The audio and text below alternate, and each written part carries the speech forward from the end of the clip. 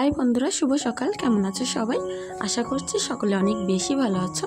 আমরাও না বেশ ভালো আছি। তো আমি রূপা, আর এখন বাজে ঘড়ির কাঁটায় সকাল 6টা, আর আজ হচ্ছে শনিবার। আর এই সকাল 6টা থেকেই তোমাদের সাথে ব্লগটা কন্টিনিউ করছি। আশা করছি সকলে আমার সাথে থাকবে আর তোমাদের ব্লগটা অনেক বেশি ভালো লাগবে। তো যাই হোক, এখন সুন্দর করে আমি খাটপত্রগুলো গুছিয়ে নেব। তো কাল ভিডিওর ভিতরে এক বোন আমাকে কমেন্ট করেছো যে আপু কথাগুলো একটু ধীরে ধীরে বললো, এত তাড়াতাড়ি বললে অসুবিধা হয় শুনতে। তো আমি দেখো সারাদিন সকাল থেকে রাত পর্যন্ত যে কাজকর্মগুলো করে থাকি সেটা হয়তো 10 মিনিট কি 15 মিনিটে দেখিয়ে শেষ করে দিই। তো সারাদিন আমি যে সকল কাজকর্ম করি, আমার সাথে যা যা ঘটে, তো সেগুলো সবগুলো বলতে গেলে না অনেক তাড়াহুড়ো করে কথাগুলো বলতে হয়। ধীরে ধীরে যদি বলি সবগুলো কথা বলে ওঠা সম্ভব হয় না একটা ভিডিওর ভিতরে। আর ভিডিওটা তো আর বেশি অনেক দূর বাড়ানোও যায় না, যতটা সম্ভব ততটা তো আমি বড় করেই থাকি। তো দেখো এখন আমি খাটটা তো গুছিয়ে টান করে নিলাম। আর এই গামছায় তো সকালবেলা ঘুম থেকে উঠেই আগে সকলে হাত মুখ মোছে, তো গামছাটা একটু জড়ো করে রেখেছিল, সেটাও আমি সুন্দর করে একটু ছড়িয়ে রাখলাম আমার দরজার উপরে। তো এখন দেখো ড্রেসিং টেবিলের ওপরটা না বেই ধুলো ধুলো লাগছিল, একটু হাত দিয়ে মুছে নিলাম। তো এখন আমি এই ঘরের জানলা টালনাগুলো খুলে দেব, দেওয়ার পরে কিন্তু ঘরটা ঝাড়ু দিয়ে নেব। তোমরা হয়তো ভিডিওর ভিতরে দেখে অতটা বুঝতে পারছো না যে কতটা ধুলো, তবে ঝাড়ু দিচ্ছিলাম যখন প্রচুর ধুলো এক জায়গায় হয়ে গেছিলো। যেহেতু আমার বারান্দাটা ঢালাই দেয়া, মেঝে করা নেই, সেহেতু বারান্দার ধুলো কিন্তু সমস্ত ঘরবাড়ি আর জিনিসপত্র আসবাবপত্র ভর্তি হয়ে যায়। তো সকালবেলা উঠে ঝাড় দিই যখন, প্রচুর পরিমাণে ধুলোবালি কিসকিস করে। আর এই গরমের সময় তো সারা দিন ঝাড়ু দিলেও ঘরবাড়ি পরিষ্কার থাকে না, কেমন জানি একটা পা দিলেই বালি কিসকিস একটা ভাব হয়। আর সেটা কিন্তু বেশ অস্বস্তিকর ব্যাপার, একটা গা ঘিনঘিন করে বলতে পারো। তো আমার তো এটা অনেকটা অস্বস্তি লাগে, যার কারণে না একটা কাপড় ভিজিয়ে আমি সারা দিন যখনই পা দিই বালি কিসকিস করে তখনই না ঘরটা একটুখানি করে মুছে নিই। তো যাই হোক, এখন আমি দেখো বারান্দায় চলে আসলাম আর সেই ধুলোগুলো ঝাড়ু দিচ্ছিলাম। আর মনে হচ্ছিল সমস্ত ঘর পুরো পাউডার পাউডার হয়ে যাচ্ছে। তো করার তো কিছু নেই, ঝাড়ু তো দিতেই হবে, না দিলে তো আর হবে না। তবে চেষ্টা করছিলাম খুব আস্তে আস্তে ঝাড়ু দিতে, যাতে ধুলোগুলো যাতে ঘরে না ঢোকে। তো আমি এদিকে ঝাড়ু দিচ্ছিলাম, সিমরান পড়ছিল, আর ঈশা কিন্তু আমার পেছন পেছন একটা থলে নিয়ে ঘুরে বেড়াচ্ছিল। ও না সারাদিন একটা থলে কি একটা ব্যাগ পেলে তার মধ্যে সমস্ত যত স্টেশনারি জিনিসপত্র আছে তো সেগুলো সমস্ত সব ঢুকিয়ে নেয়, নিয়ে কিন্তু বেচা কেনা করে, খেলা করে। তো যাই হোক, রান্নাঘরটা তো ঝাড়ু দিয়ে এখন বাইরে চলে আসলাম। আর এখন দেখো কতটা সুন্দর হাওয়া বইছে, গাছগাছালিগুলো না ফিরফির ফিরফির করে হাওয়া বইছিল, নড়ছিল। তো আমি এখন চলে আসলাম পুকুর ঘাটে। আজ সকালে বাসন মাজতে অতটা কষ্ট হয়নি, কারণ অনেক সকালই তো আমি মাজতে এসেছি, পুকুরে তেমনভাবে রোদ্দুর পড়েনি। তার থেকে বড় জিনিস যেটা ছিল, প্রচণ্ড হাওয়া বইছিল। তো পুকুর ঘাটের এরকম পরিষ্কার পানিতে বসে আর এত সুন্দর ঠান্ডা হাওয়ার মধ্যে বসে কাজ করতে কার না ভালো লাগে বলো? অনেক বেশি ভালো লাগছিল, মনটা জড়িয়ে যাচ্ছিল। তো আমার তো একটু তাড়া ছিল, কারণ দোকানে যেতে হবে কাজগুলো করে।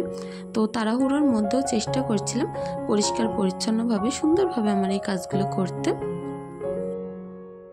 আর বাসনগুলো মেজে না তাড়াতাড়ি করে ধুয়ে ফেলতে হয়, তা না হয় বাইরে মাজলে তো তোমরা জানোই রৌদ্রের তাপ পড়লে বাসনে কিন্তু একটা বাসন মাজার সাবানের স্পট পড়ে যায়। তো দেখতেও বাজে লাগে, একটা যেন সাদা গুঁড়ো গুঁড়ো মতো লাগে।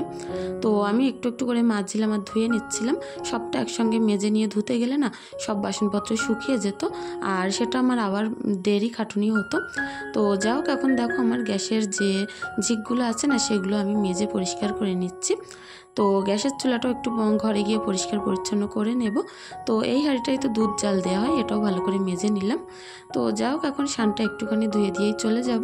আর ঈশার ফিটার তো রোজই আমার মাস্ট, যখনই থালা বাসন ধুতে আসব ঈশার ফিটার তো দুটো একটা থাকেই। তো সেটাও আমি ধুয়ে পরিষ্কার পরিচ্ছন্ন করে নিলাম। তো এখন দেখো ঘরে আসলাম, বাসনপত্রগুলো নিয়ে এখন একটা একটা করে উপর করে দেবো আমার এই র্যাকের মধ্যে। আর সকালবেলা বাইরে যতটা না শান্তি লাগছিল, ঘরে ঢোকার পরে পুরো কি বলবো এতটা কষ্ট হচ্ছিল সেটা আর বলার কথা নয়। তো এইভাবেই কাজগুলো করছিলাম। আমার তো রান্নাঘরে আলাদা করে আর টেবিল ফ্যান বা অন্য কিছু নেই। আমরা মধ্যবিত্ত ঘরের বউরা না চেষ্টা করি যাতে করে একটু সংসারটাকে অল্প অল্প করে খরচা বাঁচিয়ে অল্প খরচের মধ্যে সংসারটা চালিয়ে নিতে। তো আমি তো যেভাবে চালাই তোমাদের সাথে আজ সেটাই শেয়ার করব। তোমরা প্লিজ আমার পাশে থেকো, বুঝতেই পারবে যে মধ্যবিত্ত ঘরের বউরা আমরা অভাব অনাটন হয়তো আমাদের সবার সংসারেই থাকে, কারুর কম কারুর বেশি।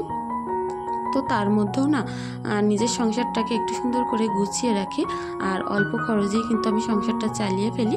যেদিন যেরকম থাকে সেদিন সেরকমই খরচ করি। তো দেখো, কথা বলতে বলতে তো আমি এখন দোকানে চলে আসলাম। আর অনেকটা পথ অতিক্রম করে এই গরমের টানা রোদ্রে পুরো আমার জীবন বেরিয়ে যাচ্ছিল এখন। আর আমি কিন্তু দোকানে এসে বেশ খানিকক্ষণ বেচাকেনা করে নিয়েছিলাম। আর এই ফ্রিজটার ভিতরে অনেকগুলো মাল এখন আমি ঢুকিয়ে নিয়েছি, কারণ দই আর যে লস্যি হয় সেগুলো কিন্তু রোজ সকালেই দিয়ে যায়। তো সেগুলো আগে আমার কাছ থেকে দোকানে এসে ঢোকানো। তো চা করে নিলাম, চাটা খেয়ে এখন সিমরান এই সাইকেলটা চালিয়ে বেড়াচ্ছিল। তোমাদের সাথে কাল আর আমি শেয়ার করতে পারিনি, এই সাইকেলটা না ঈশা সিমরানকে এনে দিয়েছিল। তো ঈশা তো অনেক জ্বালাতন করছিল এটা তো উঠবে বলে, এত বড় সাইকেল ও কী করে চালাবে। তবে সিমরান না খুব সুন্দরভাবে এখন সাইকেল চালানো শিখে গেছে। তো তার কারণে ওর পাপা কিনে দিয়েছিল যে ও যাতে সাইকেল চালিয়ে একটু পড়তে যেতে পারে আর টুকিটাকি একটু এপার ওপারে দোকানেও যেন যেতে পারে। তো সেই কারণেই আনা। তো আমার তো এখন অনেকটাই উপকার হয়েছে সিমরানের সাইকেলটা কিনে দেওয়ার পরে। ও না এখন আমার অনেকখানি কাজ করে দিচ্ছে দূরে দূরে গিয়ে। তো দোকানের এই পিছনটার প্যাসেজটায় অনেকটাই জামাকাপড় জড়ো হয়ে গেছে। যেহেতু আমরা দোকানে একবার গুছিয়ে এদিক ওদিকে যাই দোকান থেকে গুছিয়ে, আর একবার বাড়ি থেকে। তো দোকানেও আমার কিছুটা জামাকাপড় থাকে, বাড়িতেও কিছুটা থাকে। তো দোকানে যেগুলো ছিল আজ 2-3 দিন যাবৎ পরে পরে সন্ধ্যাবেলা করে বাজারে যাওয়া হচ্ছে কোনো কারণবশত। তো সেই কারণেই অনেকটা জামাকাপড় এখানে হুড়িয়েছিল। তো সেগুলো আমি একটু একটু করে ভাঁজ করে নিলাম। তো এগুলো তো আর বেশিক্ষণ পরা না, 10 মিনিট আধ ঘন্টার ভিতরে বাজার থেকে আবার চলে আসা হয়। তো সেগুলো আমি এখন ভাঁজ করে দেখো আমার এখানে একটা ছোট্ট টেবিল আছে সেখানে রেখে দিয়েছি। তো এখন বাজে কারেক্ট 2টো। তো এখন আমি দোকানটা বন্ধ করে বাড়ি যাব রান্না করতে। আর এই দোকানটা বন্ধ করে বাড়ি যেতে যেতে ঠিক 2টো 10-15 তো হয়েই যাবে। তো বাড়িতে গিয়ে তখন আবার রান্নাও করতে হবে।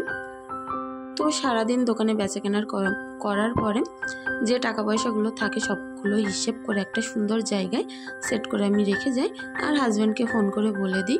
হাজব্যান্ড যখন আবার বিকালে এসে দোকান খোলে কাছ থেকে ডাইরেক্ট কিন্তু বাড়িতে যায় না, দোকানেই আসে। তো ওর তো খাওয়ার ঝামেলা নেই, হোটেলেই খাওয়া দাওয়া করে, সেখান থেকে সোজা দোকানে চলে আসে। আর আমি বলে দিই কত কি আছে। তো সেই অনুসারেই কিন্তু হাজব্যান্ড আবার মাল নিয়ে আসে দোকানের। তো সেটা আজও আমি প্রতিদিনের মতো রেগুলারই করে যাই। তো আজকেও সেটাই করলাম। তো এখন দেখো সমস্ত মালপত্র গুটিয়ে ভিতরে ঢুকিয়ে নিয়েছি। আর এখন আমি দরজার পাল্লাগুলো বন্ধ করে এর ভিতরে যে জিনিসপত্রগুলো নেওয়ার সেগুলো নিয়ে আমি কিন্তু বাড়িতে চলে যাব। তো এখন প্রায় 2টো পাস হয়ে গেছে। আর এখন বাড়িতে আসলাম 2:15 অনায়াসেই বেজে গেছে। তো আগে আমার কাজ ভাতটা বসিয়ে দেওয়া, অল্প করে চাল দিয়েছি, কারণ এই 2-3 দিন যাবত না ভাত একটু দেরি থেকে যাচ্ছে। মুরগিদেরকে খেতে দিচ্ছি, তো মুরগিদেরকে তো অন্য খাবার দেওয়া হয়, ভাত না দিলেও চলে। তো দেখো এখন আমার ভাতটা কিন্তু সুন্দরভাবে উতলে গেছে। তো ভাতটা একটু নেড়ে চেড়ে দিয়ে নিয়ে গ্যাসের ওই পাশে বসিয়ে এ পাশে আমি আরও অন্য রান্না করব। তো আমি তো যেহেতু রুটি খাবো, তো আমার জন্য একটু রুটি আলু ভাজা করব, একটুখানি টক ডাল করব সিমরানের পাপার জন্য। আর সিমরানের জন্য ফ্রিজে একটু মাছ ঝোল আছে, সেটা গরম করে দিলেই কিন্তু আমার হয়ে যাবে। তো আজ রান্নাবান্নার চাপটা একটু কম ছিল। তো এখন আমি আলু ভাজা করার জন্য শুকনো লঙ্কা ফোড়ন দিয়ে তার মধ্যে একটু পেঁয়াজ আর রসুন কুচি, দেখো অনেকটাই রসুন কুচি দিয়েছি, দিয়ে কিন্তু সুন্দর করে ভাজা ভাজা করে নিয়ে এর মধ্যে আমি কুচনো আলুগুলো তুলে দেব। তো আলুগুলো কেটে না আমি একটুখানি নুন মাখিয়ে রেখেছিলাম হালকা করে। আর এখন এই তেলের মধ্যে নুন আর হলুদটা দিয়ে ভালো করে মিশিয়ে আমি কুচনো আলুগুলো তুলে দিলাম।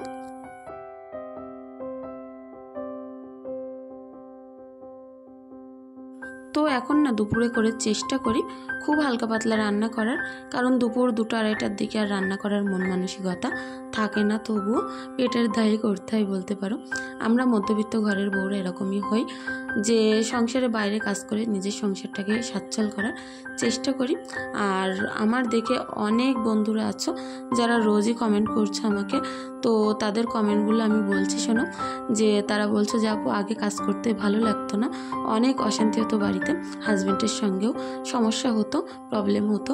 তো তোমার কাজকর্মগুলো দেখার পরে না এখন বাড়িতে আমি অনেক সুন্দরভাবে কাজকর্ম করি, আর এতে করে আমার হাজব্যান্ডও খুশি, আমিও খুশি।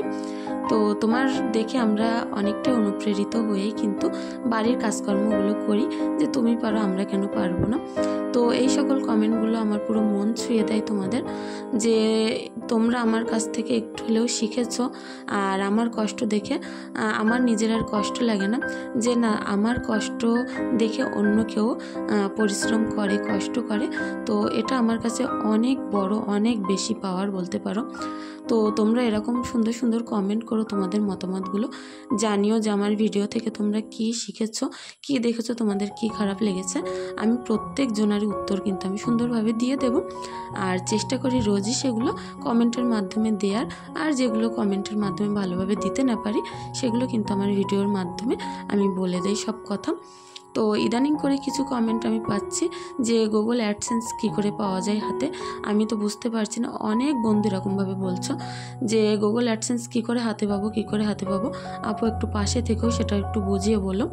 তো আমার এই চ্যানেলটা দেখো তো ব্লগ চ্যানেল, আমি তো ব্লগিং করি, আমি তো টেক চ্যানেল বিষয়ে তেমনভাবে কিছু জানি না। তবে তোমরা হয়তো ইউটিউবে সার্চ করে জানতে পারো যে কিভাবে গুগল অ্যাডসেন্স লেটারটা তোমরা পেতে পারো।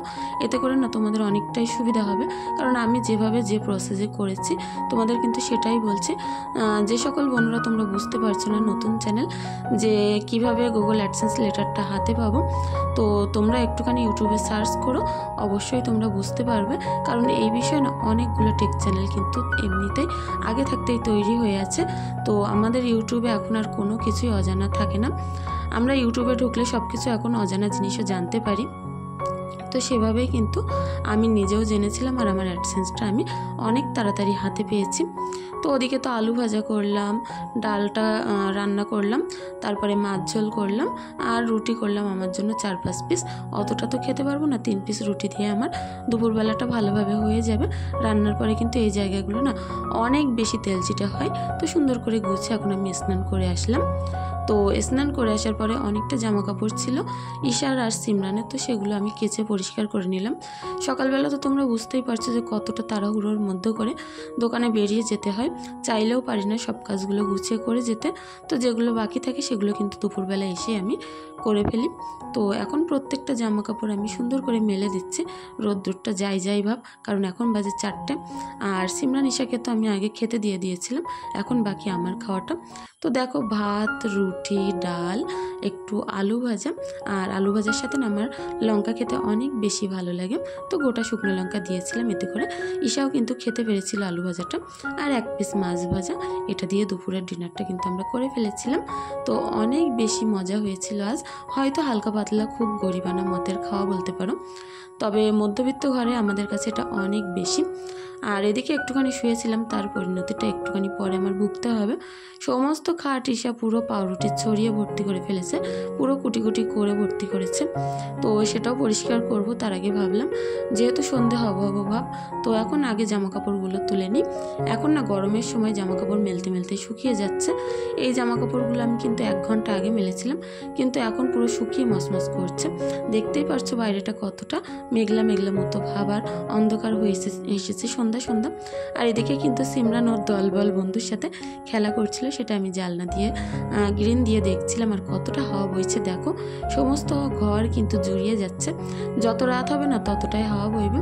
আর এই ব্ল্যাঙ্কেটটা ঈশা কিন্তু দুপুরবেলা ঘুরিয়েছিল। তো রাত্রে না এত পরিমাণে হাওয়া বয় আমাদের এই ঘরে, তো রাত্রে কিন্তু প্রচণ্ড শীত লাগে। তো তার কারণে কিন্তু ব্ল্যাঙ্কেটটা আমাদের লাগে বাইরে রেখে দিয়েছি। তো পাউরুটি ছড়িয়ে তো সমস্ত খাট ভর্তি করে ফেলেছিল, এগুলো আমি একটু ঝেড়ে এখন পরিষ্কার করে নেব। তো দেখা যাক এখন এই কাজগুলো কত সময়ের মধ্যে আমি করতে পারি। আর এটা করার পরে কিন্তু আমার হাজব্যান্ড আবার একটা মুরগি এনে দিয়েছে। দুপুরবেলা বললাম না হালকা পাতলা রান্না করেছি, তো রাত্রে তো খেতে হবে, সেটা তো আর নেই। সেই সবজি ডালগুলো প্রায় ফুরিয়ে গেছে, তো এখন আবার মুরগি এনেছে, গোটা মুরগি, সেটা পরিষ্কার করেও আমার রান্না করে নিতে হবে রাত্রের। তো আগে আমি ঘরের কাজগুলো সেরে নিই, ঈশা সিমরানকে খাওয়াবো, তারপরেই কিন্তু আবার আমি মুরগিতে হাত দিয়ে রাত্রের রান্নাটা কমপ্লিট করব।